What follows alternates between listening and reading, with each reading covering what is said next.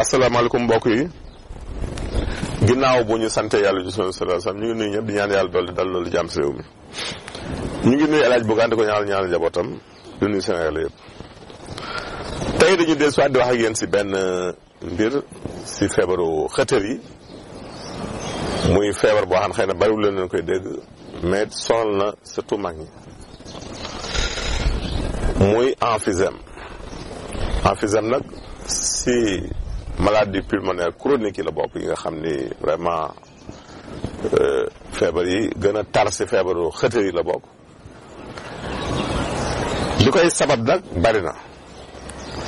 wax nañ ni boo dee nekk ancien fumeur ku daan tox cigarette ba bàyyi am risque pour mu dal la surtout bu dee nga yàgg tox cigarette. soo amee tawat bi ñuy wax aussi BPCO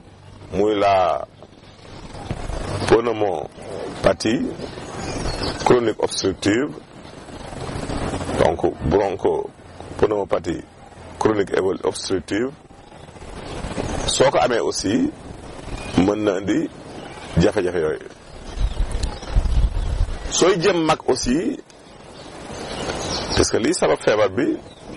mooy li ñuy wax saak yi ne ci biir xëtër yi ñu ko leen tuddee alvéole muy du sol ngelaw li dañuy dem ba dañuy tissu bi leen di muur dafay perdre li ñuy wax élasticité maanaam alvéole dootuñu élastique ba nga xam ne dañuy mën def nii di pousse ngelaw li muy génn. li muy entraîné nag mooy lan mooy soo nooyee ba ngelaw li dugg da ngay am problème pour génnewaat ko. loolu dinay dal mag ñi ñu jëm ba jëm mag dafa leen dal léeg-léeg ndax âge bi la. kon li muy jur mooy lan mooy ngelaw li des ci biir tawat géej bu génnul dafay indi métit bu yàggee ndax da ngay yokk sa effort yi nga def pour noyyi. te it poumons yi dañuy rester gonflé maanaam su ko dee dënn bi dafay jug moo tax ñi mu daal souvent nag seen dënn day jug poitrine day jug. kon loolu lu metti la te it ngelaw li bu génnul aussi xol bi mën ko jot ba tasaaratu ci yaram bi problème day am ndax bu baax xol bi foog mu yokkaat effort yi mu doon def te bu yàggee day indi jafe-jafe xol ay défaillance cardiaque. ndax oxygène muy ngelaw dafa am solo ci noyyi nit ndax mooy dundal yaram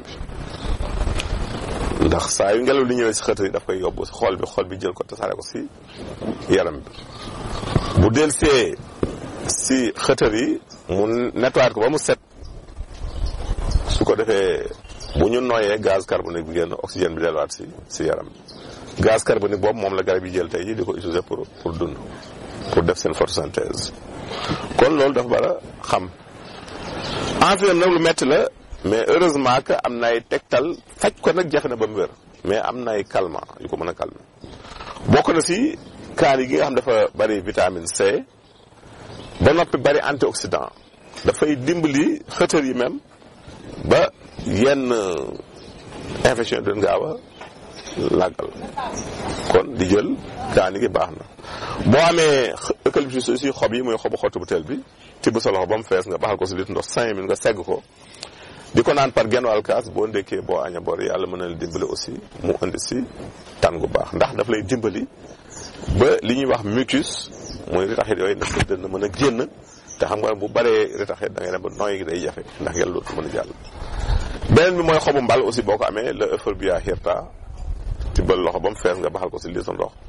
5 minutes nga segg ko ndax moom it dafa bari antioxydant di ko naan par genn wàll kaas boo ndekkee boo añee bor yàlla mën na dimbali ba loolu saafara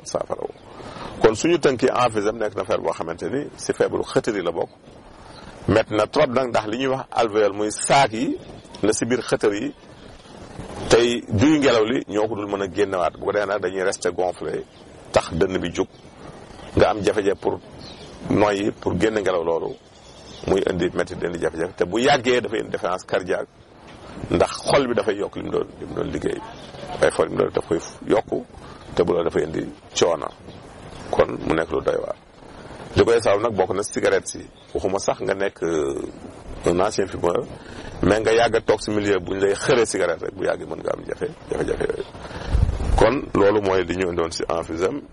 kon xobu mbal bi baax na ci xobu xottu butéel baax na ci di jël kaane aussi ne tax mucus boobu mën a génn ba nga mën a noyyi normalement su ñëwee question yi ñëwee di tey ku njëkki def nii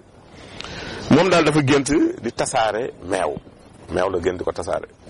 loolu moom aw ay rek la ay wuy ñëw lañ lay woon kon nag nga bàyyi xel bu baax si loolu li ñuy dégg comme sarax nag mooy fukki bekk suukar ak juróom ngay génne nga sarxo benn xale si kàttanu yàlla mën a demal ba ay woowu noonu mu fanal ko ñaareel question ngi leen dafa am daal ay taab daf ko yàpp nañ ko tegtal ñaar taab moom toujours bu génnee jëlal laaj nga dëbb ko taf ko si da koy ñoral da koy bën mais wutal xobu limon lu toll ak juróomi sa loxo ba mu fees rek benn nga baxal ko si liisu ndox juróomi nga segg di ko daan par genn wàll kaas boo ndékkee boo wàññi boo dee si kàttanu yàlla da nga tàggu taab yi ñu leen tàggu fii leen jox naa du seen émission yu gërëm jërëjëf